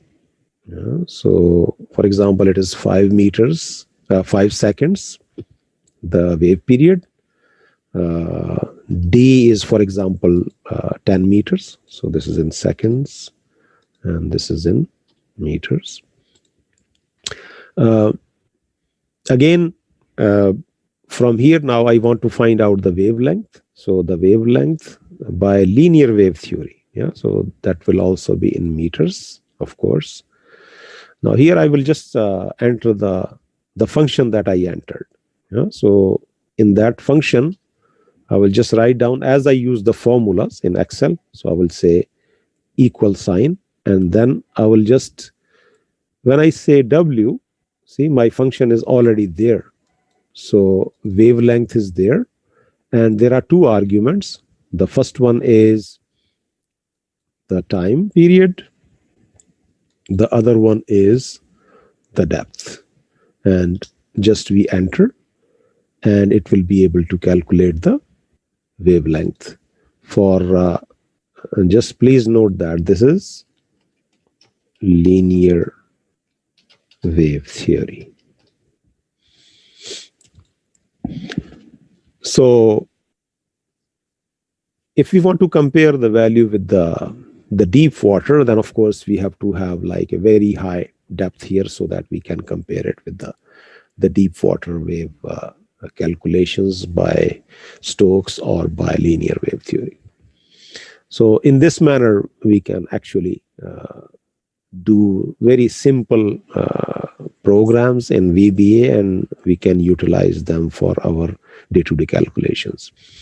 In the next lecture, which will be day after tomorrow, I will talk about the spreadsheet that I have actually developed for these simple calculations, which I will share as well with you guys, and you can then use it as well.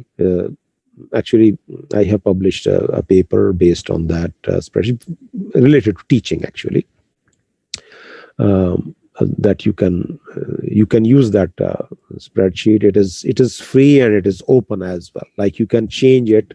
I haven't put any code or any password there, so you can change it. You can modify it. You can add more stuff for your own calculations, and then you will be able to benefit from it.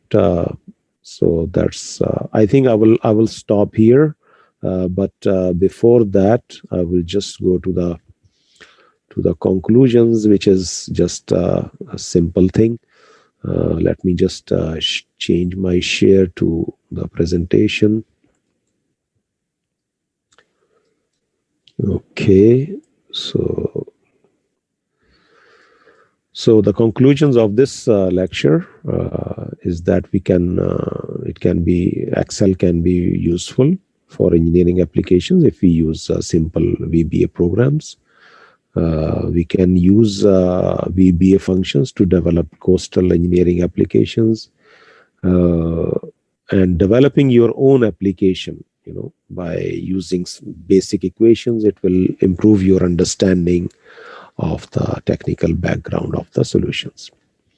So thank you very much for listening to me. I would stop here. If you have any questions or any confusions or any comments, or you want to say something, I would be ready. Thank you very much. Okay, thank you very much for your interesting presentation, Mr. Sana. Is there any question from the audience? Please click raise hand or write down in the column chat.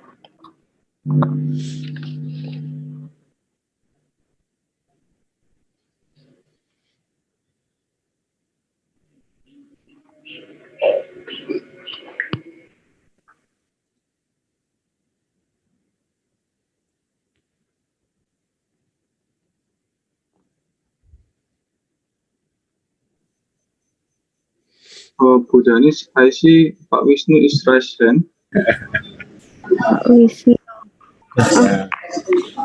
Monggo Pak Wisnu. Ya, Profesor Ahmad Sana. Yes, sir. Sorry, I want to ask you something in here.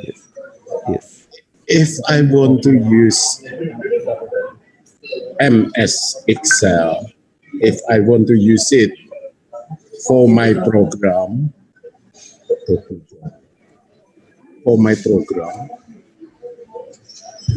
in which, as you know, that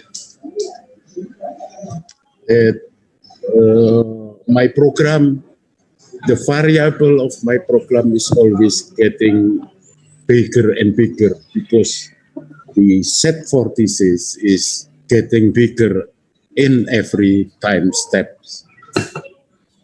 If I want to use your MS Excel program, how to handle that number of vortices, which is always getting bigger and bigger. I cannot see, because as far as I know, in your program, if you use a certain equation and finding out another variable. But in my case, that variable is always getting bigger and bigger. Can I use that MS Excel program for my program, for text setting program, please? Your question is very interesting and very difficult for me to answer as well, because definitely, as I said, that Excel is for our day-to-day calculations, like simple calculations based on simple formula. The biggest trouble with Excel, of course, is the precision. The number of digits after the decimal are very small. Like unless you use an add-in, there are some add-ins increase the precision of Excel calculations. So unless we use them, we cannot use Excel for more complex situations. Of course, the limitations of the basic language, they are there, like because basic language was not meant for very high profile technical calculations. So it is like for simple type of calculation. So for day-to-day calculations of simple equations, simple formulas, which take your time because of iterations. So like if you are doing manual calculation, you spend a lot of time just you understand the process and you know that it is going on, whatever is going on there, but it's taking a lot of your manual time. So that can be we can put more efficiency there by using such type of simple programs. But for more complex, people have done numerical simulations as well by using Excel. I have done a little bit diffusion equation solutions as well. Probably I will talk about it as well in the last lecture, just for the application. But I have done some diffusion equation calculations as well. Similarly, wave equation, two-dimensional wave equation also can be solved by this. But again, that's not the purpose. Like the purpose of Excel is just to facilitate our simple calculation. So I think your problem is more complex, probably. Okay, sir. Thank you very much. Thank you. Thank you very much for asking. Yes.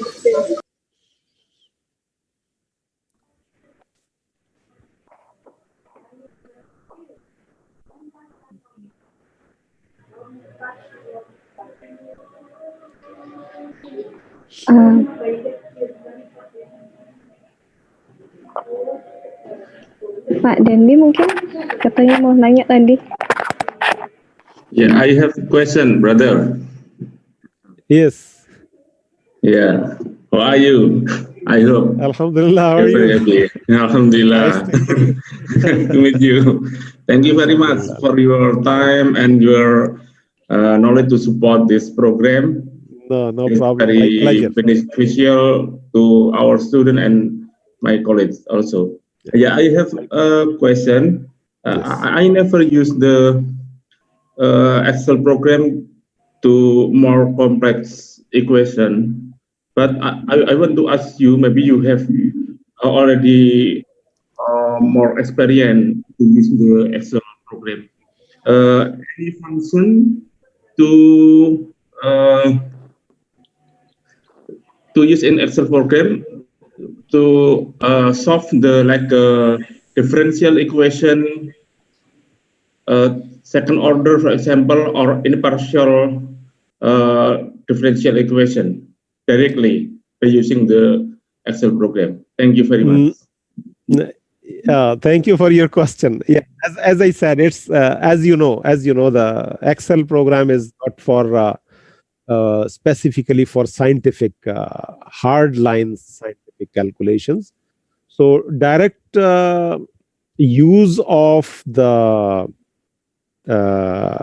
second order or third order differential equations or partial differential equations, direct formulas or functions are not there.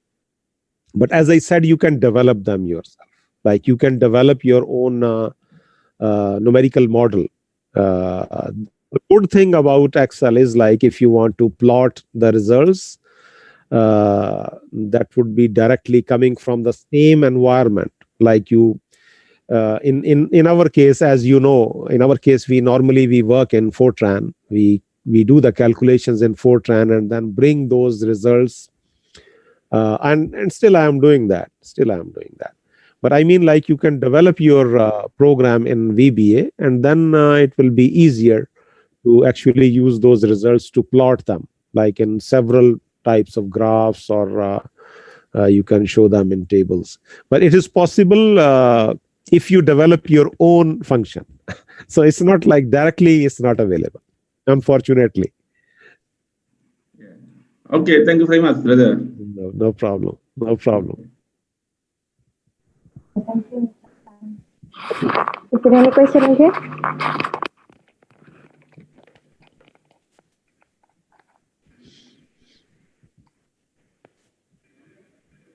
Bu Wimala, I have a question for Prof. Sana. Yes. Okay, Mr. Wendy. Thank you, Prof. Sana, for your explanation. I'm directly try your equation in the Excel, but I'm curious why the initial value of L is 1, and when we doing the what if analysis, the value is set to 0. Why we set the initial value 1 is 1, and the next value is 0? Why not the other value? See the equation that we are talking about. Yeah, the equation that we are talking about. We are talking about the wavelength equation.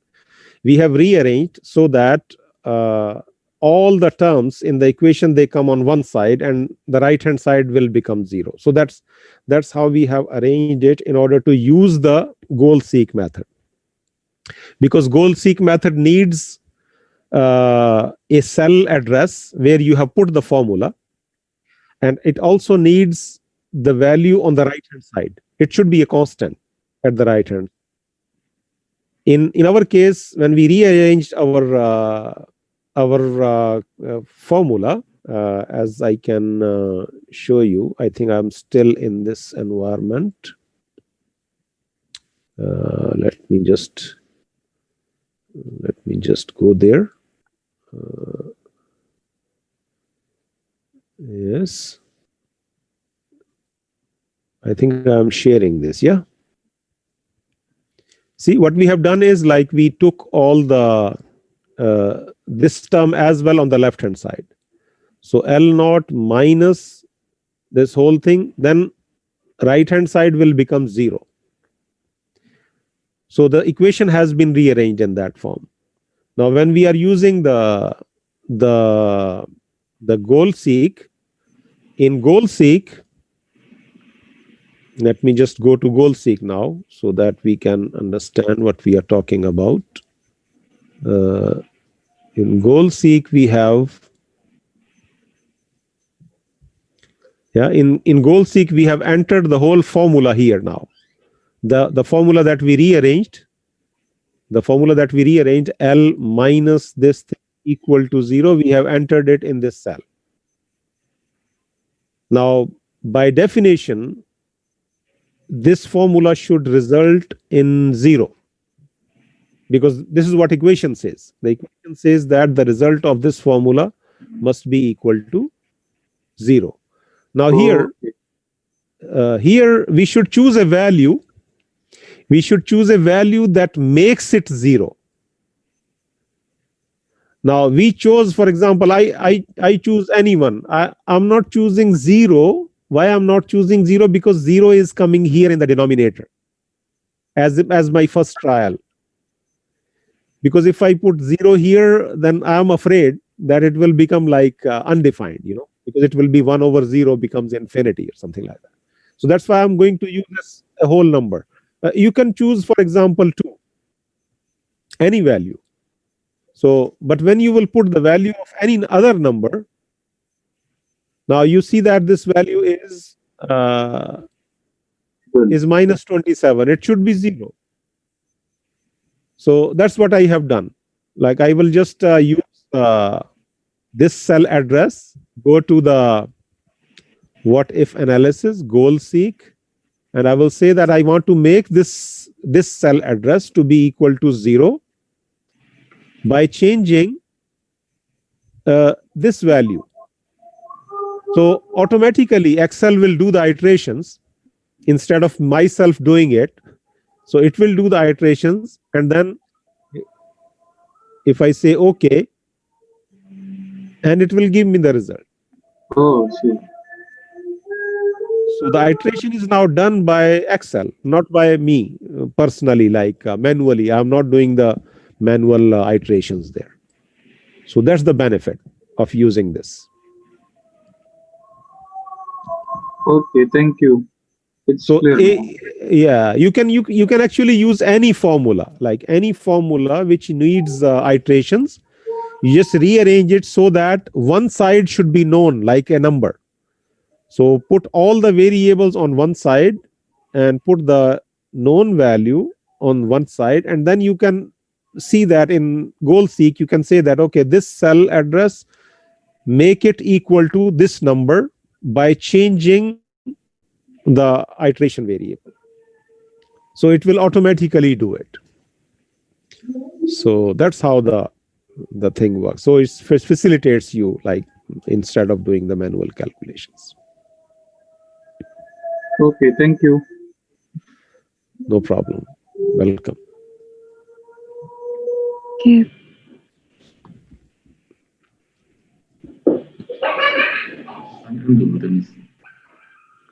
Thank you, Mr. Sana. There is any question for Mr. Dalarino? Dear Professor, I have used the VBA programming for hydrological modeling case, but the limitation of this was amount of row or column that limited at the sheet as the output of program. Are you have suggestion? Thank you. Unfortunately, no, I don't have any suggestion. I still believe that we have to use advanced programming for more bigger and more advanced problems. So this is Excel is for day-to-day calculations, like for practicing engineers. If you want to do some simple calculations, which like you don't want to spend your time doing the calculations in another place and then bringing the results here. So you can do those simple calculations, small calculations in Excel at the same place, and then you can plot them or show them. So unfortunately, the limitations are there. Of course, there are a lot of limitations in Excel. Not only the number of rows and columns, but the precision. The biggest actually problem is the precision. So precision is very very crude in Excel unless you use an add-in. There are some add-ins. I will talk about them maybe later in next lectures, that you can actually improve the precision by using those add-ins. Okay. Thank you.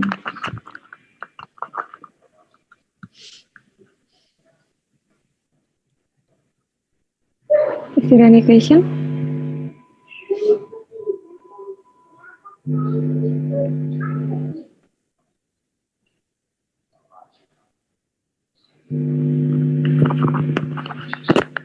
Pak Suntoyo, apa disudahkan?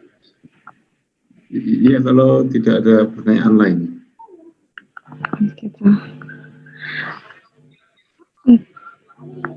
Thank you, Mr. Sana, for your interesting presentation, and see you in the next session. Thank you very much. Thank you very much. Thank you very much, Brother Sana. Thank you. Thank you. Thank you. Assalamualaikum. Nice to meet you. Assalamualaikum warahmatullahi wabarakatuh. Inshallah again. Inshallah see you again. Thank you very much. Thank you. Thank you. Thank you, Professor. Thank you very much. Thank you. Thank you for listening. Thank you very much. Assalamualaikum. Waalaikumsalam warahmatullahi wabarakatuh. Ladies and gentlemen, finally we reached at the end of program. And the day after tomorrow, we will meet again with Associate Professor Ahmad Sana, MN PhD, and Profesor Insinyur Eko Budi Jatmiko, MSc PhD. Terima kasih untuk semua narasumber hari ini, 16 Desember 2020. Terima kasih, Suntoyo.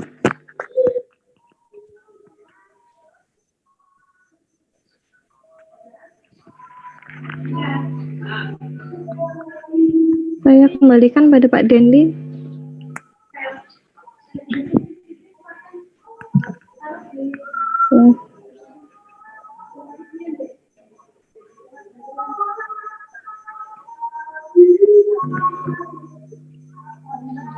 Baik, Pak Suntoyo, apakah ada dokumentasi lagi, Pak? Apakah atau bisa diakhiri? Silakan kalau mau diambil dokumentasi lagi. Mestinya tadi waktu masih ada Pak Sana tadi. Iya, Pak.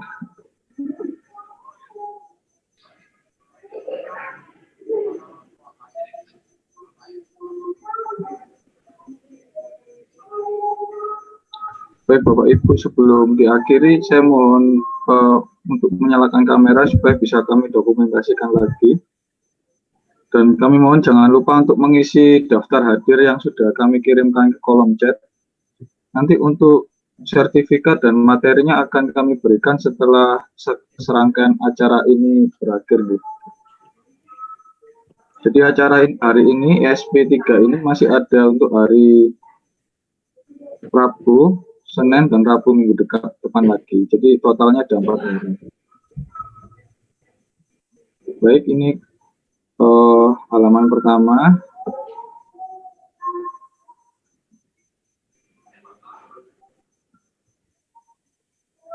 Bagi yang belum menyalakan kamera, kami mohon untuk menyalakan kamera.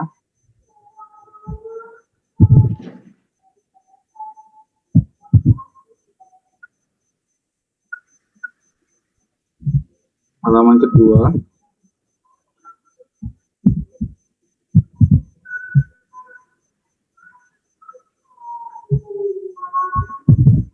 Halaman ketiga.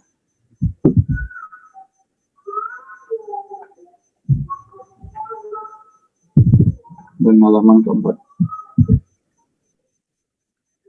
Baik, sudah Bapak Ibu, terima kasih banyak atas kehadirannya. Ketemu lagi Rabu pada jam yang sama. Terima kasih banyak. Wassalamualaikum warahmatullahi wabarakatuh.